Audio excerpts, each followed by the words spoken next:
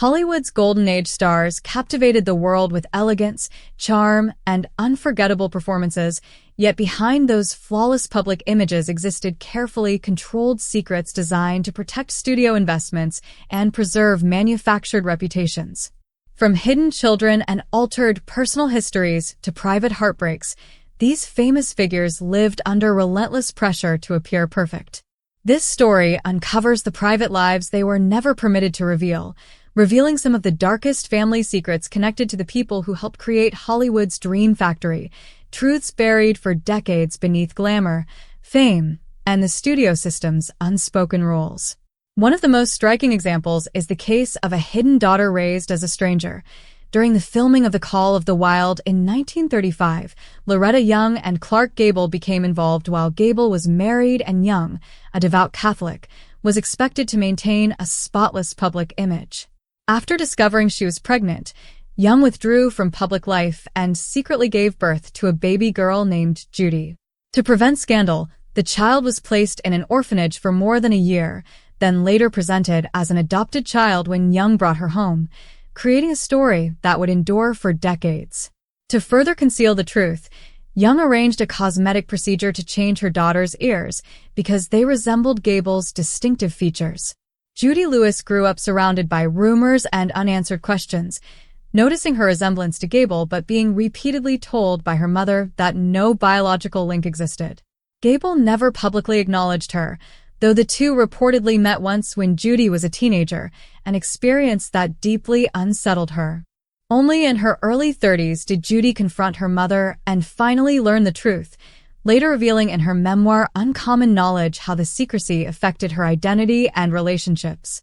Although Loretta Young privately admitted the truth and expressed regret later in life, she remained publicly guarded. This story reflects the powerful social and studio pressures that forced actresses of that era to choose survival over honesty.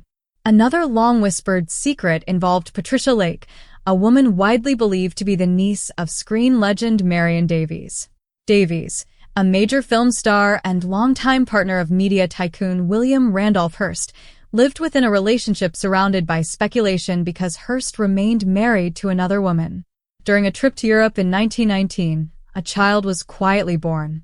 Official records claimed the baby belonged to Davies' sister, yet friends, staff, and even journalists suspected otherwise. Patricia Lake grew up in comfort, closely attached to Davies and treated more like a daughter than a niece. The press did not question the story, largely because of Hearst's influence. Patricia herself never addressed the rumors publicly and remained loyal to the carefully constructed narrative throughout her life. Only in her final days in 1993 did she reportedly confess that she was in fact the biological daughter of Marion Davies and William Randolph Hearst. Although no official documentation ever emerged, her admission confirmed what many had long believed but were unable to say. Her story reveals how, in an era when public image mattered more than truth, even the existence of a child could be rewritten to protect reputations. Another scandal centered on what became known as the diary that nearly ruined a star. Mary Astor, admired for her elegance and remembered for films such as The Maltese Falcon, became embroiled in a sensational custody battle in 1936 when her estranged husband, Dr. Franklin Thorpe, discovered her private journal and attempted to use it against her in court. The diary reportedly contained details of romantic relationships and candid opinions about fellow Hollywood figures, quickly becoming the centerpiece of the trial. Though never published, courtroom descriptions suggested its contents could have severely damaged her image, and the press sensationally labeled it the Purple Diary. The public was shocked to see such a beloved actress at the center of scandal. Privately, Astor feared losing both her daughter and the career she had built, while studios closely monitored the case, worried that public outrage could make her unmarketable. Ultimately, the court awarded her custody and sealed the diary, and although the ordeal deeply affected her, it did not end her career. She later returned to strong roles and eventually won an Academy Award, yet the episode remained one of the defining moments of her life. A similarly carefully protected illusion surrounded leading man Rock Hudson, who represented strength, charm, and traditional masculinity and was promoted as the ideal romantic hero. Behind the scenes, however, he lived with a reality Hollywood was not prepared to acknowledge. As his fame grew during the 1950s and rumors about his private life intensified, studio executives arranged protective measures. In 1955, his agent organized a marriage to his secretary, Phyllis Gates. The brief union served to reinforce Hudson's public image while allowing him to keep his personal life hidden. Gates later wrote about their marriage, stating she had not known it was arranged, while others within the industry suggested such arrangements were widely understood. Hudson remained a beloved figure in American cinema for decades through films such as Pillow Talk and Giant, and it was not until 1985, when he publicly disclosed a serious health diagnosis, that the public began to re-examine the life he had been forced to conceal. Another hidden love story involved Tab Hunter, a clean-cut 1950s heartthrob adored by teenage audiences. Beneath the carefully managed image, Hunter lived a life that did not match the studio-crafted persona. His most meaningful relationship during the height of his fame was with fellow actor Anthony Perkins. Their relationship was genuine but had to remain secret, as both men were pressured to appear as eligible bachelors. Publicists staged dates with actresses, and interviews emphasized traditional romantic expectations. Any departure from this narrative could threaten both their careers and their personal safety.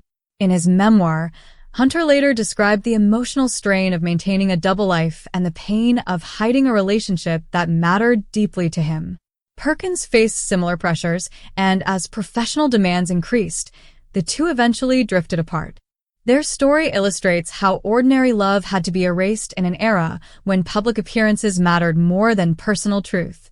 Another example of studio-driven reinvention is found in the life of Rita Hayworth, born Margarita Carmen Cancino.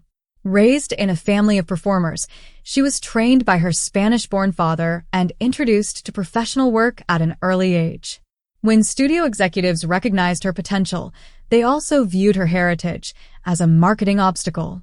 Under studio head Harry Cohn at Columbia Pictures, she was renamed Rita Hayworth, subjected to painful electrolysis to change her hairline, had her hair dyed auburn, and saw her background rewritten to remove references to her Latina identity. Although audiences adored the glamorous figure seen in Gilda, the real woman carried lasting emotional wounds. She later spoke about the inappropriate boundaries she experienced while performing with her father, trauma that influenced her adult relationships and left her struggling with insecurity and a desire to please.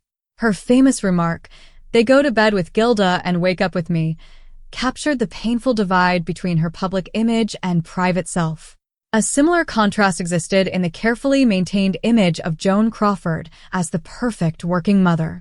Through studio publicity and magazine features, Crawford presented a home filled with discipline, affection, and order while raising her 4 adopted children. After her death, however, her eldest adopted daughter, Christina, published Mommy Dearest in 1978, describing a childhood marked by emotional instability, manipulation, strict rules, and physical punishment, including the now infamous wire hanger incident. The memoir deeply divided public opinion, with some family members denying the allegations and insisting Crawford had been loving but strict, while others believed both sides held elements of truth. Regardless, the book permanently altered Crawford's legacy and exposed the gap between Hollywood image-making and private family life. Finally, Jean Tierney's elegant screen persona concealed one of the most painful experiences of her life. While pregnant in 1943, she contracted rubella after appearing at the Hollywood Canteen, unaware of the danger the illness posed to her unborn child. Her daughter, Daria, was born with severe physical and developmental disabilities, including partial blindness and deafness. Tierney was devastated, yet studio executives discouraged her from speaking openly in order to protect her image as a rising romantic star. Daria was placed in a private care facility, and the situation was largely omitted from press coverage. For most of her career, Tierney rarely spoke publicly about the tragedy that had shaped her life.